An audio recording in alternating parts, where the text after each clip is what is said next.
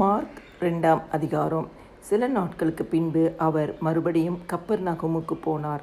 அவர் வீட்டில் இருக்கிறார் என்று ஜனங்கள் கேள்விப்பட்டு உடனே வாசலுக்கு முன்னும் நிற்க இடம் போகாதபடிக்கு அநேகர் கூடி வந்தார்கள்.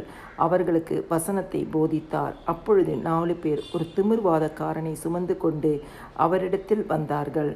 ஜனக்கூட்டத்தின் நிமித்தம் அவருக்கு சமீபமாய் சேரக்கூடாமல் அவர் இருந்த வீட்டின் மேற்கூரையை பிரித்து திறப்பாக்கி திமிர்வாதக்காரன் கிடக்கிற படுக்கையை இறக்கினார்கள்.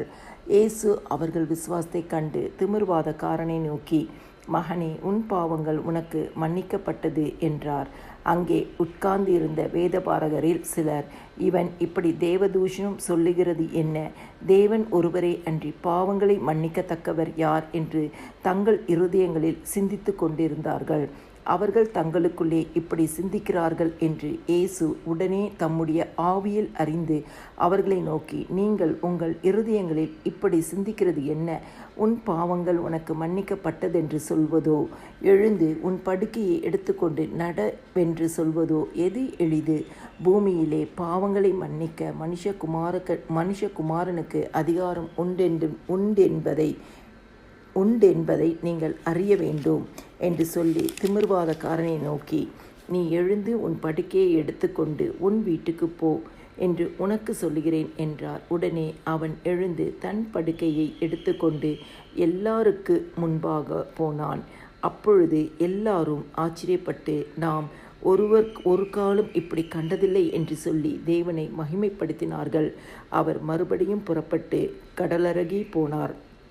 அப்பொழுது ஜனங்கள் எல்லாரும் அவரிடத்தில் வந்தார்கள். அவர்களுக்கு போதகம் பண்ணினார். அவர் நடந்து போகையில் அல்பேயுவின் குமாரனாகிய லேவி ஆயுத்துறையில் உட்கார்ந்திருக்கிறதைக் கண்டு, எனக்கு பின் சென்று வா என்றார்.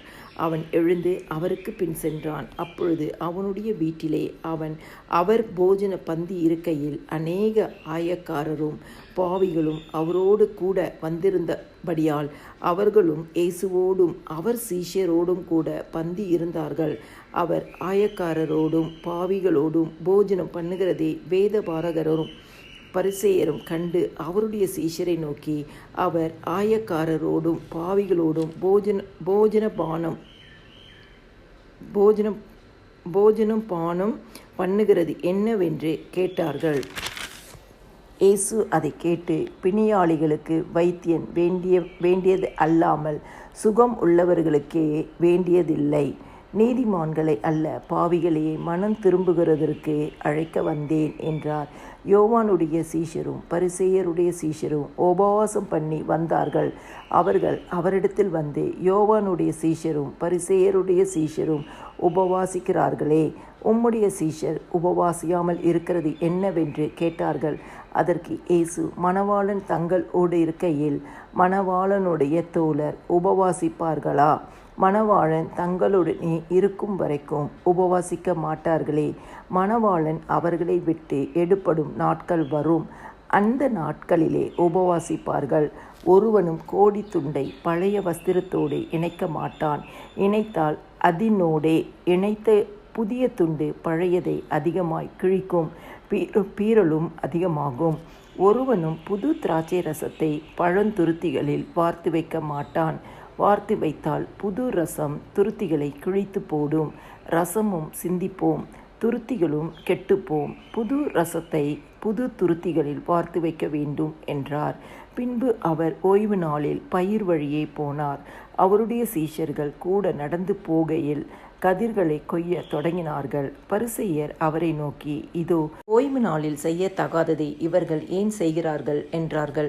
அதற்கு அவர், தாவீதுக்கு உண்டான ஆபத்தில் தானும் தன்னோடு இருந்தவர்களும் பசியாயிருந்தபோது அவர் அபியத்தார் என்னும் பிரதான ஆசாரியன் காலத்தில் செய்ததை நீங்கள் ஒரு காலம் வாசிக்கவில்லையா? அவன் தேவனுடைய வீட்டில் பிரவேசித்து ஆசாரியர் தவிர வேறு ஒருவரும் புசிக்கத்தகாத தேவ சமூகத்து அப்பங்களை தானும் புசித்து தன்னோடு இருந்தவர்களுக்கும் கொடுத்தானே என்றார். பின்பு அவர்களை நோக்கி, மனுஷன் ஓய்வு நாளுக்காக உண்டாக்கப்படவில்லை, ஓய்வு நாள் மனுஷனுக்காக உண்டாக்கப்பட்டது. ஆகையால் மனுஷகுமாரன் ஓய்வு நாளுக்கும் ஆண்டவராய் இருக்கிறார் என்றார்.